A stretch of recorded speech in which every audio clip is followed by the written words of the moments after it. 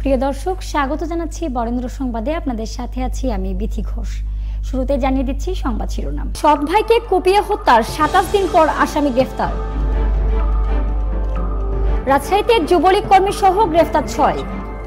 এতক্ষণ শুনছিলেন সংবাদ শিরোনাম, এবারে জানাবো পুরো খবর।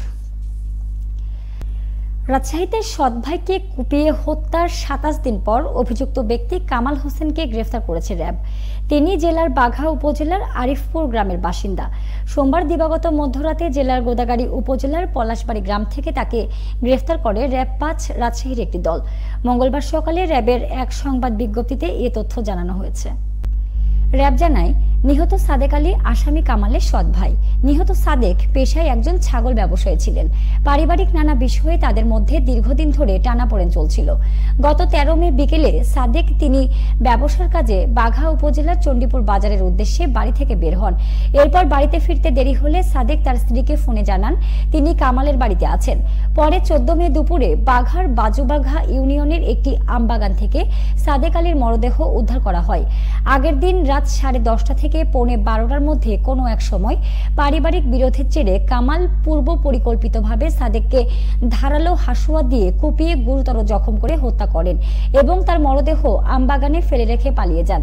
র্যাব জানায়, ঘটনার পর নিহত সাদেক আলীর স্ত্রী বাদী হয়ে থানায় একটি হত্যা মামলা করেন। মামলার পর থেকে র্যাব 5 ছায়া তদন্ত শুরু করে এবং আসামিকে গ্রেফতারে গোয়েন্দা নজরদারি বাড়ায়।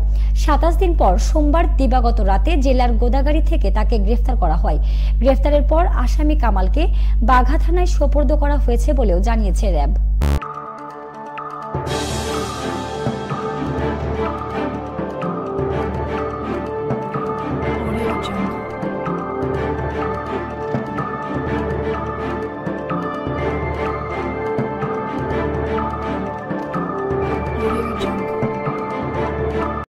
রাজশাহী মহানগরীতে বিশেষ অভিযান চালিয়ে যুবলীগ কর্মী সহ পুলিশের অভিযানে মোট 6 জনকে গ্রেফতার করেছে রাজশাহী মেট্রোপলিটন পুলিশের থানা ও ডিবি পুলিশ।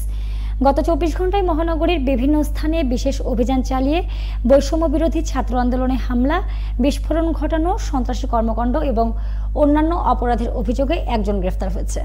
এছাড়াও আরএমপির অভিযানে 5 জন গ্রেফতার হয়েছে, যার মধ্যে ওয়ারেন্টভুক্ত 3 জন, মাদক মামলায় 1 জন এবং অন্যান্য অপরাধে 1 জন।